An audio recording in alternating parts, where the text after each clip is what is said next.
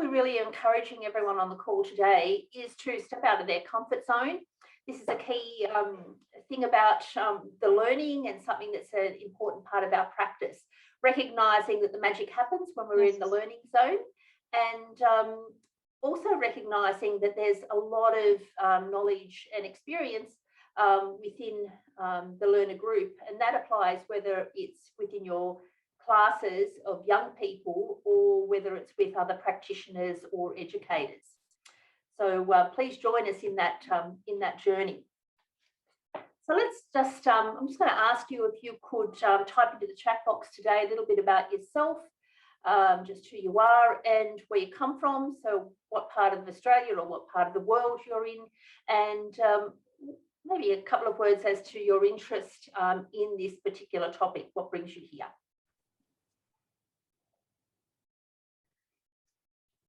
First comment's always the hardest one to get.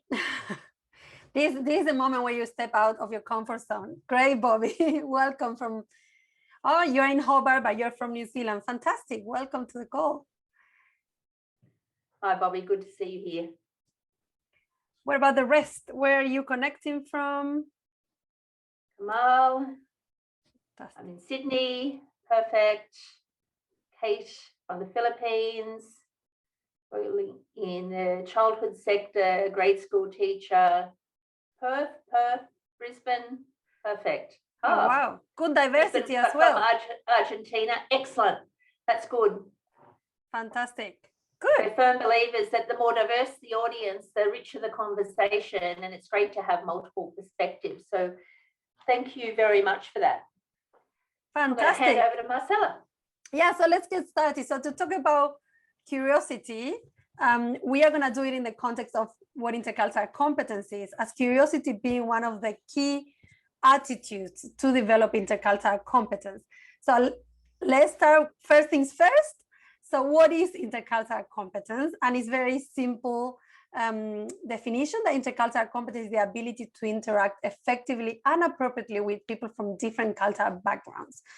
And cultural backgrounds can be of any type, doesn't necessarily need to be national culture. When we are talking about culture, keep that in mind. It's any type of difference that you come across.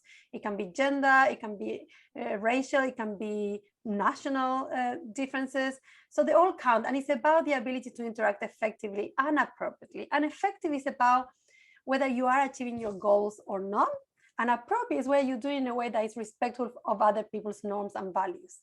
And that's very important to keep the balance in the relationship, that we all get what we want, but we do it in a way that works for everyone. And that's intercultural competence. And when we think about intercultural competence, it is a set of knowledge, skills, and attitudes. I'm just gonna move my camera there. So it's a set. So in terms of knowledge, it has to do with having some cultural self-awareness, and we're going to talk a bit more about that in a minute. But it's also about understanding cultural general and culture specific knowledge. And cultural general means what is culture in general and how culture influences the way we see the world. And culture specific is more related to either specific countries or specific groups of people. And skills, of course, observation, listening, analyzing, interpreting, empathy are key skills for intercultural competence. And finally, within attitudes, we find respect, openness, and curiosity. And this is where curiosity lives in the world of intercultural competence. And I want to share with you briefly Darla Derdorf's model of process orientation to develop intercultural competence. Attitudes is the first. She said, before you do anything, you have to start with the attitudes. If we don't have the attitudes, there's no learning happening after that, right? And at the heart of those attitudes is curiosity. Of course, it's openness, and of course, it's respect for the others. So when you go to the encounter with others, it's important that you do it with respect and openness, but also with a sense of curiosity. You engage with the others because you want to know more. And from there, you can build your knowledge and your skills. And that then brings the desired outcome internally, which is internal changes, is your ability to shift frames, to see things in a different way to your default mode, to understand different perspectives. And of course, that means that when you engage in that relationship, you do it in an effective and appropriate way. in your communication and in your behavior. And please, I didn't say it before, I want to encourage everyone, if you have a question, just pop it in the chat whenever that question comes to your mind. Because that's part of curiosity, right? If the curiosity is there now, you need to put your question out, and the quicker you get an answer for that, the more motivated you get to learn. So please just pop the question there. Fran and I are quite good at checking the chat and answering the questions as we move along. So intercultural competence, the ability to interact effectively and appropriately. Certain key skills, attitude, and knowledge are part of that process. And within the attitudes, the heart of that is curiosity. So, Fran. When we look at this, we also can recognize that there are, a range of different models, and there's lots of different definitions. But there's some really key steps that are important and really are universal across all the key players in this space and all the key models. And one is, you really have to start with self-awareness, understanding yourself, understanding your identity as a cultural being, the influences and the way you interact. And then the second thing is understanding others and awareness of others, and using those same kinds of perceptions and interest to really build that understanding. Curiosity plays a really important part here. And the most kind of critical stage then is to build the bridges between yourself and others, to look for ways that we can really appreciate, value, and work with those differences in order to be both effective and appropriate. And curiosity plays a role everywhere, right? Because you need to be curious about who you are to start with before you're even curious about those others, and then curious about, so what do I do with that? How do you engage in that difference? So let's now zoom in a bit more into curiosity, but I want to make a little space here before we go into curiosity. What does it mean and how does it play a role in intercultural competence, to see if anyone has any questions or comments so far about what we shared. Anything that's missing for you in the definition of intercultural competence, please pop it there as well. Or any thoughts? Good. Okay, let's move on. So curiosity, if you look at the dictionary, oops, I got a question. Ooh, how to get the curiosity started. Ooh, okay, Bobby, let's see if we can discuss that in a minute. So if you look at the dictionary, curiosity is a strong desire, the urge to know or learn something. And it's a state of being curious, right? It's like a little kid poking around, trying to find something new, trying to figure out how things work. And it's actually the drive that brings learners to knowledge, right? So before you know anything, there's something that's pushing you to find the answer. And interesting enough, actually curiosity jumpstarts motivation. So it gets you moving because you want to know something, you want to know the answer. And another interesting thing is that curiosity releases dopamine, which actually improves observation and memory. So if you're learning something, you're interested to know the answer, the likelihood of you paying more attention and actually to that and remembering the answer are way higher than if you're just being a recipient of something that you're not connecting to anything you're interested in. And curiosity somehow, Bobby, is a muscle. It's like a muscle, right? So that you train. The more we let people ask questions, the more curious they're going to be, as opposed to let's just fill them in with knowledge, or let's fill them in with content, or just let's talk about what we want. So it's a muscle that we need to work, we need to train, and we're going to share a few activities here to show you how you can get those questions going. Now, when it comes to intercultural competence, actually curiosity helps break down the barriers between cultures and their differences. And I know that some of you are going to say or think, and I think we wonder this all the time, how can I be curious without being disrespectful, without hurting anyone's feelings, right? So we're always like trying to be politically correct.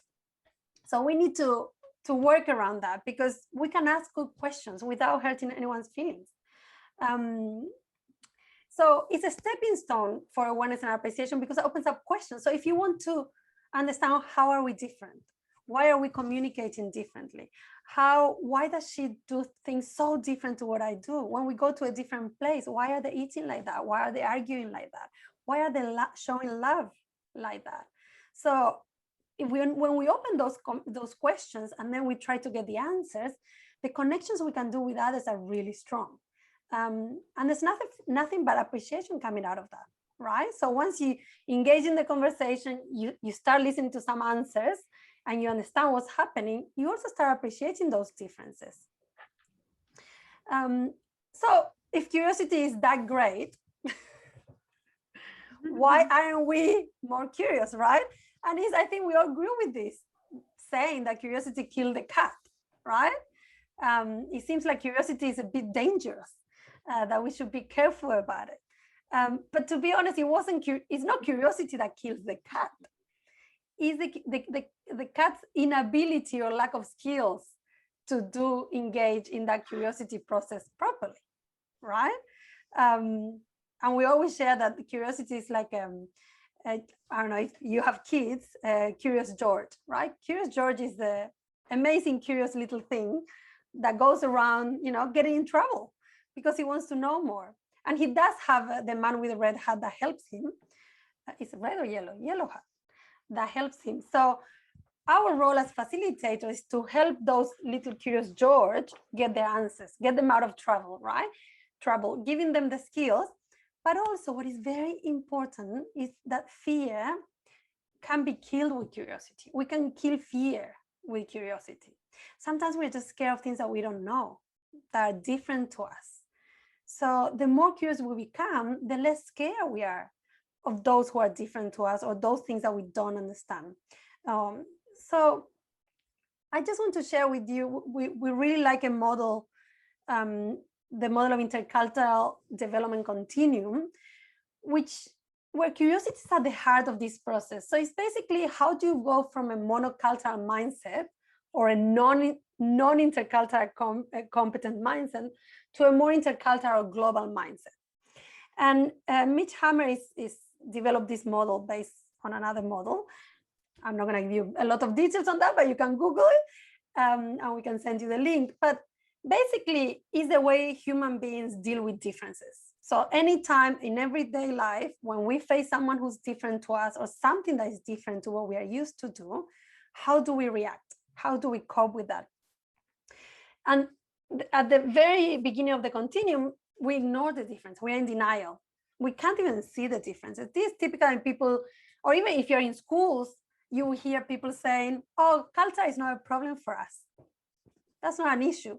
They can't even see it, right? They can't even see that people are different or some groups are different to others, and just go around as if nothing. The next step in this continuum is polarization. Is we do see the differences, but in this case, we see them in a us versus them type of way.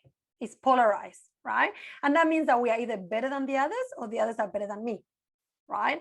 And then here you hear people saying, oh, I hope those people would do that way, things the way we do, right? Or the expectation that every international student should just do the things the way we do because we do it better, and that's why they're here for, right? And then the next step is minimization. We do see the differences, but in this step, instead of saying something is better or worse than the other, we actually focus on what's similar. We don't look at the differences. So the way of coping with that is we focus on what we have in common. And this is a great way of building peace, right? Because it's like, at the end of the day, we're all human beings. We all love our children. We all get along. And it's a good foundation, but it's not enough. So what we need to aim for is the next two steps, which are towards intercultural mindsets, which is acceptance, where you understand that we are different. And we're not different just because we eat different food. And it's not just because we dress differently or we speak another language. We are different at the values level, at a more deeper level, in the way we see the world, in the way we understand love, in the way we show appreciation. There's more subtle differences among ourselves that make us who we are. So that's accepting that those differences are there. And then the final step that we should aim for when we are working with groups is adaptation, which is not only I understand that we are different, that our differences are around values, but I also know how to change my behavior to bridge, right? To be effective and appropriate. I know how that person communicates better, and I try to adapt my behavior to communicate with that person more effectively. So only with curiosity, we can move along this continuum, right? Only wanting to know more, wanting to understand more about the difference, wanting to learn what those differences are about, what are those values, we can move along. So this is you can read more about this model. We can send you a handout, but it's very fundamental to understand the way we behave, how stereotypes are born when people are in polarization. We only see the good or the bad on the others. How racism is part of that, not seeing or thinking that difference is bad way of seeing the life. I think the other thing that's really quite important here is to actually value the differences. So to try and move beyond valuing the similarities. So the similarities tend to take care of themselves. They become more evident. Now, of course, they're not evident if you're back in denial or polarization. In those cases, we're actually moving towards trying to minimize.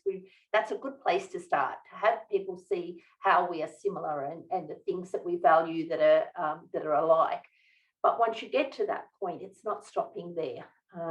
And I think a lot of us stop there because it can be a bit scary to go to that next step and really start to think about the differences.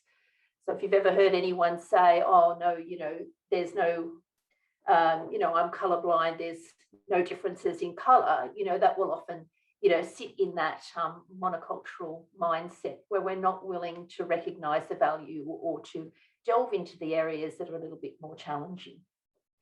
So some simple things that if you think about, if you're in a school, for example, or in an environment which most people are in denial, of course, the first thing you do is show them differences, right?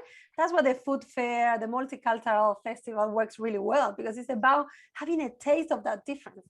Now, if you are in a group where polarization is the main issue, you need to focus on the similarities actually, right? So that's when you focus on doing things together, finding things in common. But once you're in minimization, that's when we push into valuing the differences and going a bit deeper there. But enough talk. I think we're going to try some activities to train that muscle.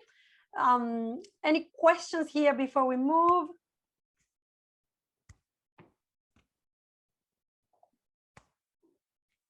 Going okay. Awesome. That's good. Good. All right.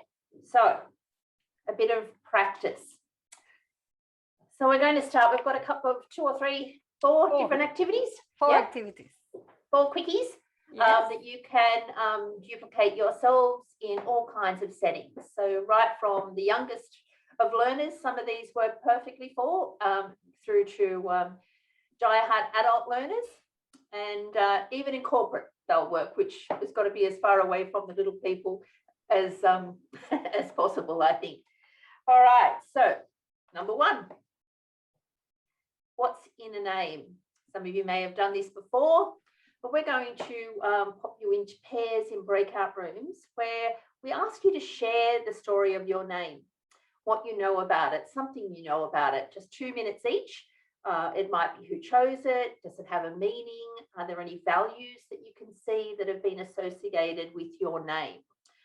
So just if you want to either remember that or take a quick screenshot.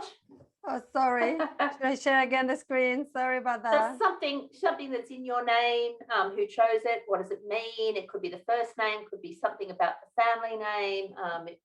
Really, there's no rules here. So 2 minutes each, just with the other person, having a chat about what's in your name. And we shall bring you back in 4 minutes. In 3 minutes. So I'm sending you all, make sure you put your cameras on, your microphones on, and see you in about 3 minutes. Bye. All right, let's move into the second activity. We're going to learn to dive. So share. I'm going to ask you to look at this picture. And what can you tell us about this picture? Please use the chat box Some of you may know exactly what it is, others maybe not. So please, anything that comes to mind when you see this image, pop into the chat box. There's no right or wrong here, just go for it. Any crazy thoughts that come to your mind, just put them in the chat box. We know what you're feeling, we know it.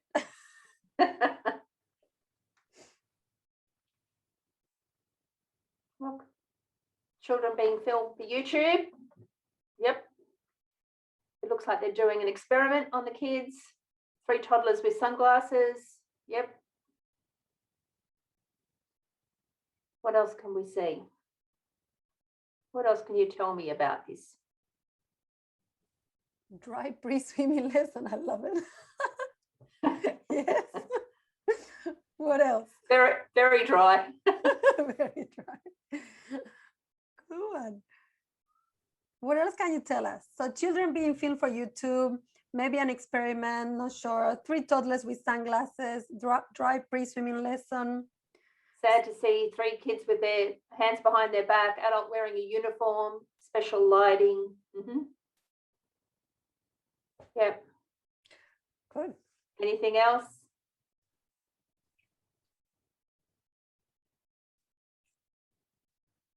We exhausted our options. Interesting artwork. Yes. Interesting is a good descriptor. We've heard some funny descriptors about the artwork, about the whole picture, really. All right. Anything else? Going in 10, 9, 8. Scientific experiment. Good. I think we have a few options, good options, Fran, so we can move. Yeah? I do. I think so too. Okay, so the process of dive, we'll come back and explain this image a little later, not too much later. So firstly, it's about describing. So this is a process to help us suspend judgment. It's very effective. It works extremely well in classrooms, can be used with any kind of image or activity or even a real life scenario that's happened. So firstly, describe what I see. What are the facts? What can I actually see there? The second is interpret. What I think I see, what I think this might be, what I think I'm looking at.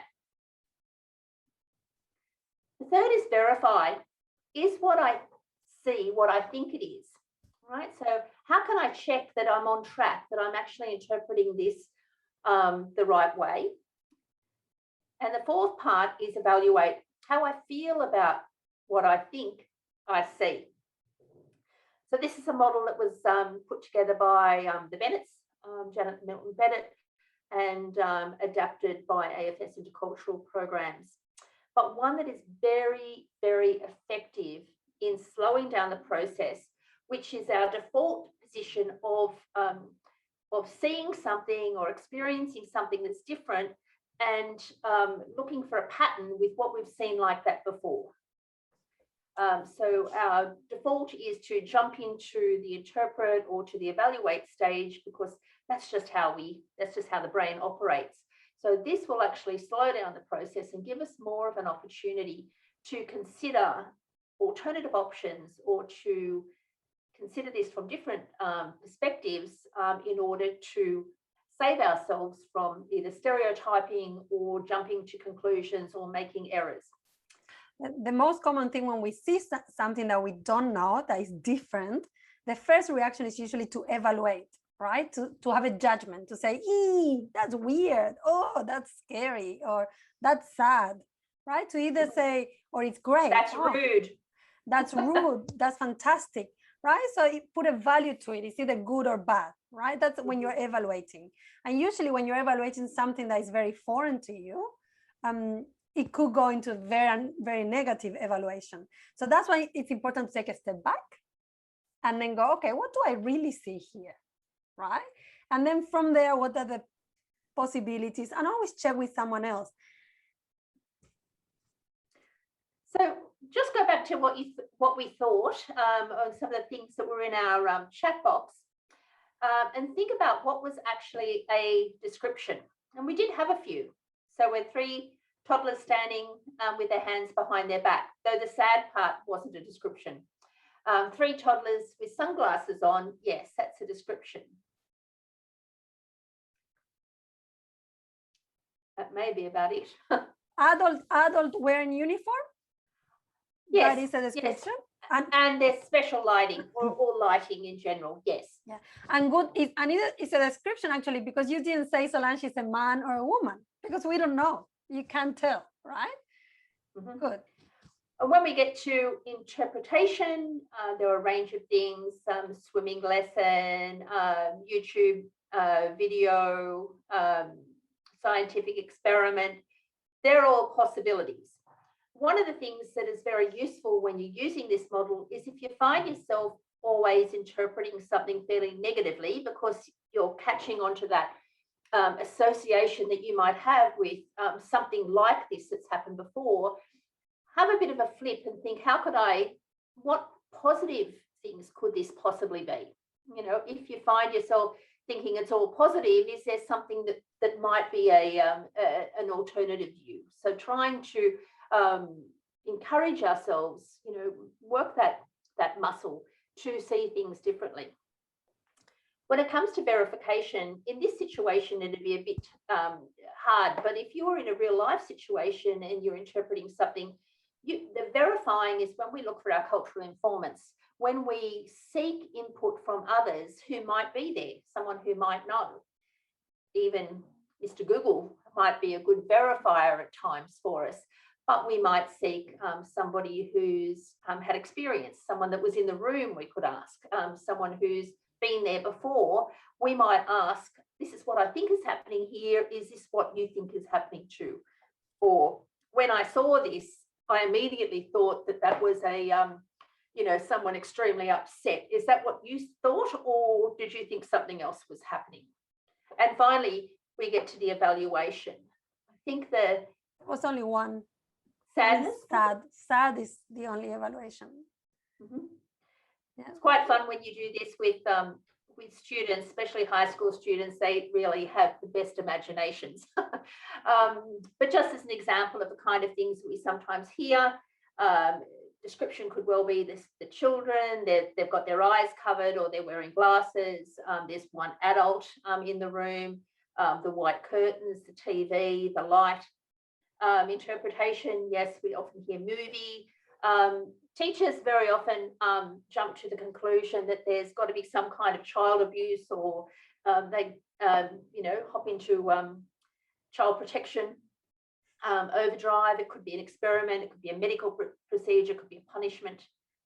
You know, verifying, again, if you had the opportunity, you could ask outside the circle. And then evaluations, yes, creepy, scary, wrong, weird, inappropriate, all of those things can come to light. This is again another example of how to train the muscle. You can actually have a picture of different cultures at the beginning of every day, right? And eventually your kids are going to be trained at observing more in detail and being more descriptive. The more you do this, the less judgmental you become. Right? Mm-hmm. And another very good tip for you is if participants come with 5 options, push them to have of interpretations. Like here we have a movie, child abuse, experiment, medical procedure, punishment. I can ask you, give me 5 more more options of what's happening. Or like Fran said, if you give me 5 that are really negative, give me 5 things that could be really good that could be happening here. So I guess they want to know what this is about. We will tell you. Just one more point. If you are using a scenario, or you might get your students to bring something in from home, it could also be a good thing to, you know, an item of cultural significance. But don't just think about your students.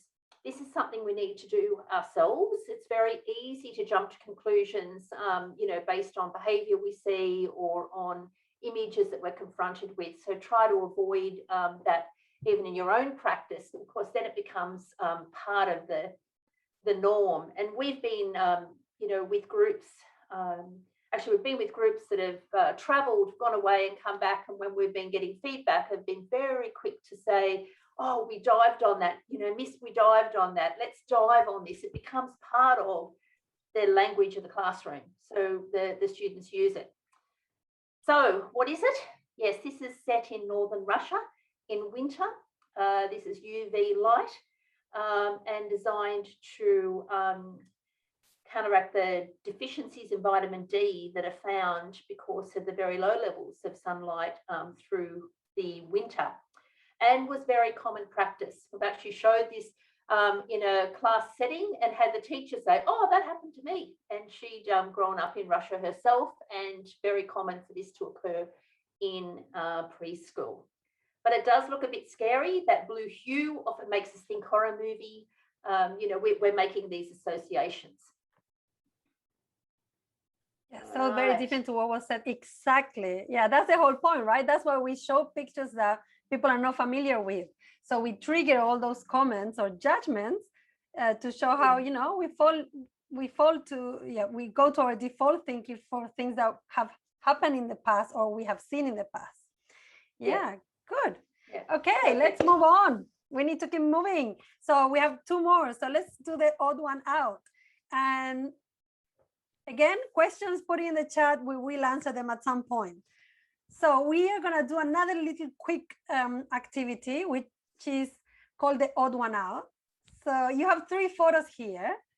I'm going to send you to groups in a second. And I want you to choose one photo of these 3 that is most different to the others. Take a photo of the photos, and then give me 5 reasons why you think that one is different. This is going to be high speed. You're going to get into the group and go for the 5 things that make that photo different. It might take you a few seconds to decide which photo you're going to work on, but don't spend too much time. Just choose one. Okay, take a photo. Everyone has taken a photo of these before I send you to the groups. I'm going to send you to the same groups, I think, to make it easy. Okay, and you're going to have actually not 5, 2 minutes. I'm going to give you 2 minutes to do this. Ready, set, go. Yes, so tell me, which one did you choose? The 2 from outside, like not the one in the middle. So the one in the middle is the most different to the others? Yes. Good. Okay, we got everyone. Okay, so Solange and Bobby chose the one in the middle. And the reasons are because the others have natural environment, pathway, natural lighting, water, sky. Okay, good. What about the others? Which one did you choose and why? The middle one too. Okay, good. And different reasons to Solange and Bobby? Yes, I think, well, we also picked the middle one. And one of the reasons was that there are no people in the middle one, whereas on the other 2, you can see people. The one in the middle is man-made, I suppose. And the other was, you know, there's places. Perfect. Natural places. So now, this is a tricky one with this activity. 2 things. I can ask you to give me 10 more reasons why they're different. What that's going to do is really going to push you out of your default mode, right? Because the first 5 come to your mind very quickly. They're pretty much the reasons why you chose that one. It popped to you quickly because you could spot the differences very quickly. Now, if I ask you for 10 more differences, that's going to push your muscle. Now, my next question is now, let's say the one with the mirror and the girl is the most different. And now give me 5 reasons. So put it in the chat any reason why the one with the girl and the mirror is the most different to the other 2. Is the only one with a mirror? Oh, yeah. It's the only one showing 2 sides of the scene. Good. Yes. Yeah, 2 pictures in one. Good. Yes. What else could it be? The difference between poverty and high socio communities. Oh, there are houses. Good stuff. Awesome. That's hard, but great. Exactly. Yeah. It's hard, right? Because I forced you into something that you weren't thinking. You chose a picture that was easy to spot the differences. You were comfortable there working on how many differences you could spot, and then I push you out of there. I said another thing, and then that took a bit of time to shift your thinking. And now, if we were doing this activity in real life, I will tell you that now the most different is the third picture. And that will be even harder or not.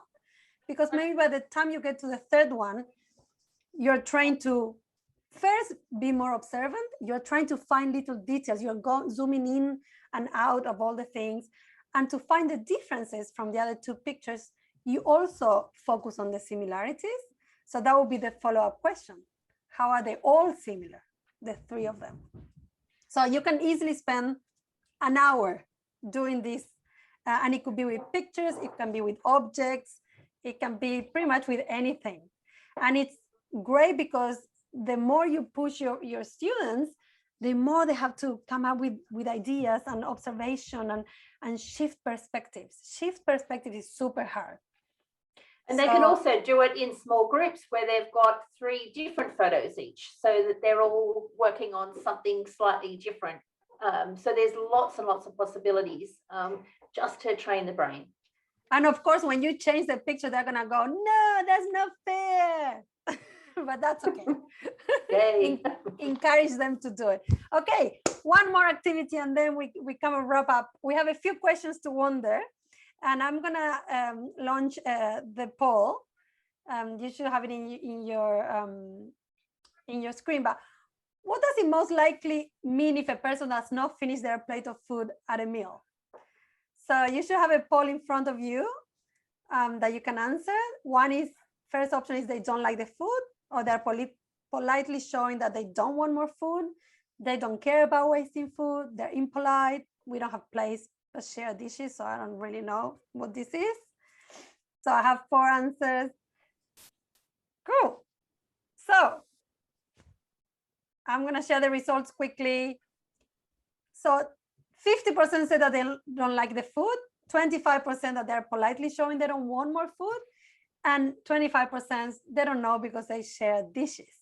So this is a very small sample, a very quick way of showing you how in this group, very small, we all think differently of something as simple as food left over on the plate, right?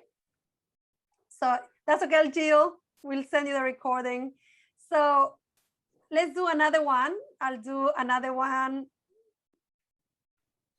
Stop sharing. Okay, I need to go to the second one. Okay, the second one is, what does it most likely mean if a person closes the door to their room? They want privacy, they're sleeping, they don't like you, they're angry, they're unhappy, nothing special.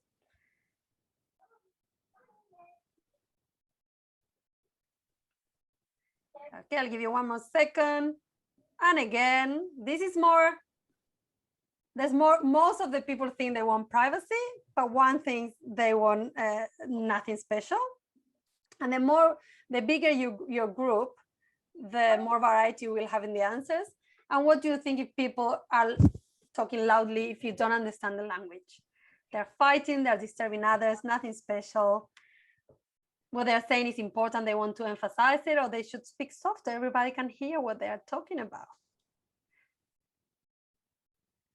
And this one is interesting.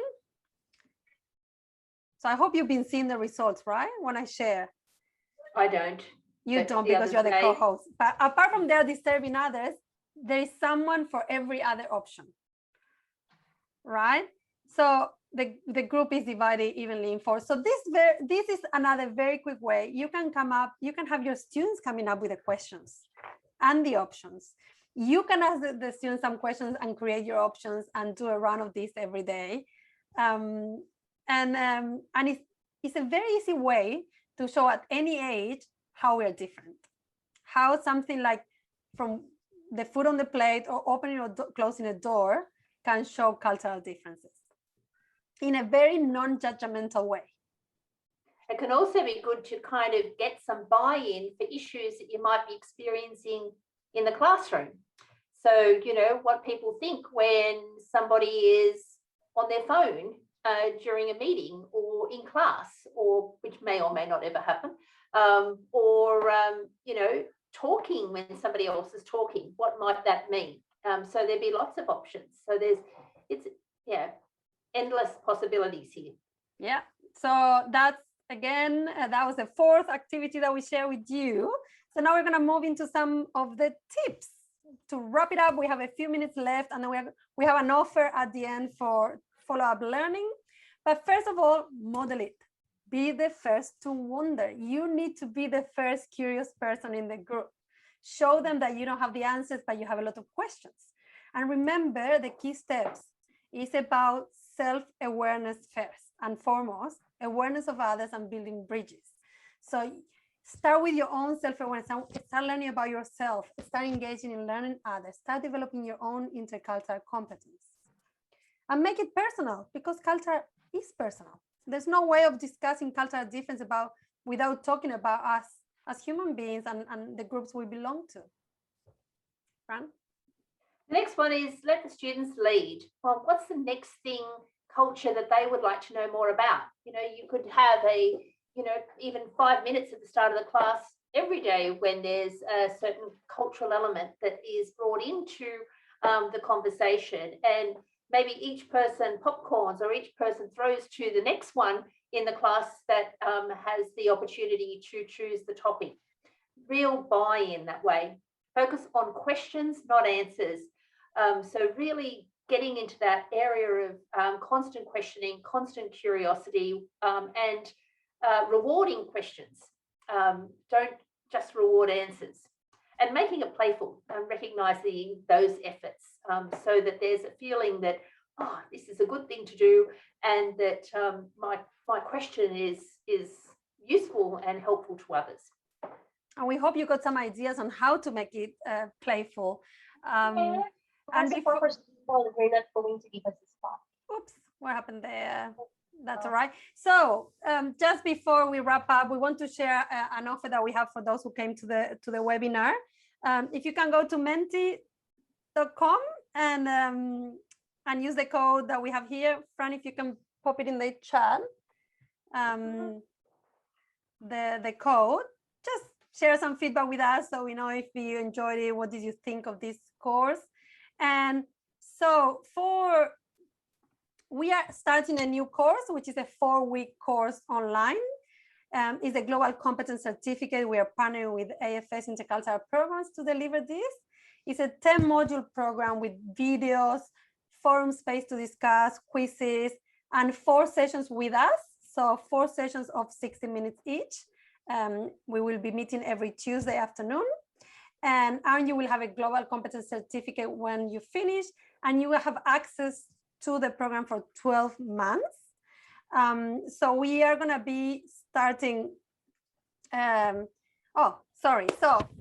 We are starting with this offer of $247 plus GST, and the first 10 to register. Actually, we are offering the Intercultural Effectiveness Scale, which is an assessment tool to learn where you stand in your intercultural competence. So if you want to know more about yourself and what skills you already have and what skills you need to develop to be more intercultural competent, more effective and appropriate, we will add this to the offer. And actually it comes with an individual personal plan on how to develop your skills. So it's a great way to really upskill, put it in your CV, use it in your classroom. And we are starting on the May of the 17th with the first group. Where do I sign up? I love it. Fran, I have the link. Let me see if I got it. Yes. So I put the link in the chat. So if you want to read more about this course, if you want to sign up, you can do it here. You can share with anyone you know. And we will have the recording available for everyone who sign up and to this webinar.